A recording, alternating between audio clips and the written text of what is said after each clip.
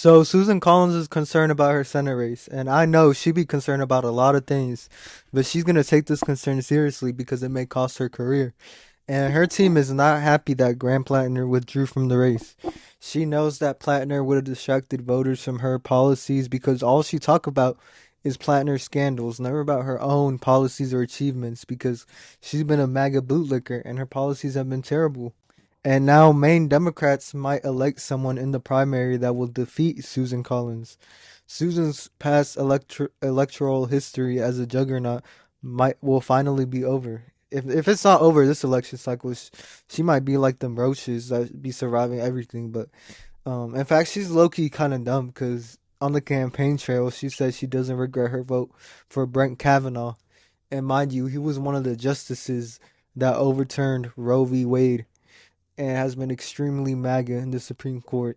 And if she keeps that up on the campaign trail, she's gonna get fired. But Maine Democrats have to pick a candidate to replace Graham Platner. There's many that announced their candidacy, but out of all of them, the most electable seems to be Troy Jackson. Troy Jackson has a history of being an electoral juggernaut like Susan Collins.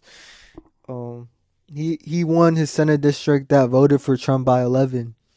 And this is the same Senate district that voted for Susan Collins by 34 points. And on the same ballot, despite all that on the same ballot, Jackson won the district by 18 points.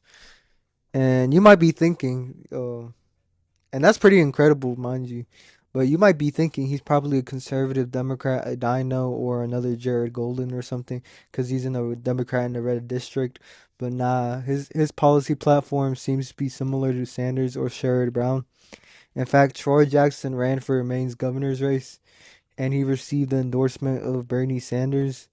But he lost the primary, but Jackson still supports progressive policies like Medicare for all. This comes to show you that he's still electable in the red district despite all of that, all of those policies and stuff. So he seems like the best candidate to beat Susan Collins right now. And the progressive policies out that I was talking about, like Medicare for all, that was the mandate that Graham Platner was elected on by the Democrat primary voters, which was a progressive mandate. And replacing Platner with another progressive will be great, especially because that's what Maine Democrats voted for in the first place. And in my opinion, Jackson is the one to motivate the base. He has a history of winning a red Senate district, and he currently leads the polls by 5 points against Susan Collins, while all the other declared candidates are down or they're tied with Susan Collins.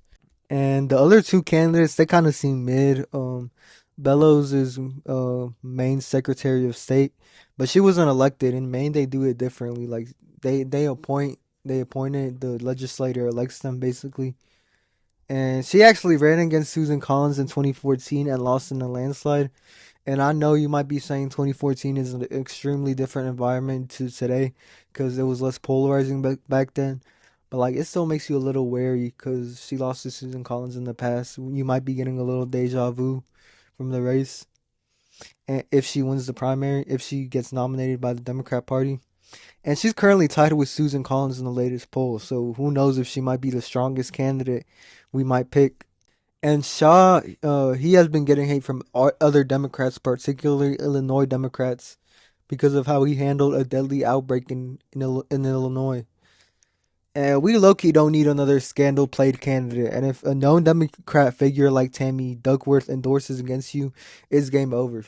So out of these three frontrunners, it seems like Troy Jackson should be the best choice because he leads the polls. But we'll see how things turned out. Regardless, Graham Platner dropping out is not good news for Susan Collins.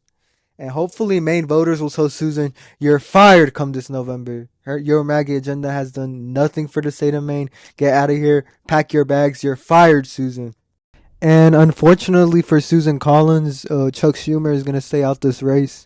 He was the one that kind of got us into this mess in the first place by like forcing all the other Democrats to drop out and unite behind Janet Mills, which failed miserably. But regardless, Chuck Schumer is going to stay out this race. Susan Collins, your time may be up. You might be fired this election cycle.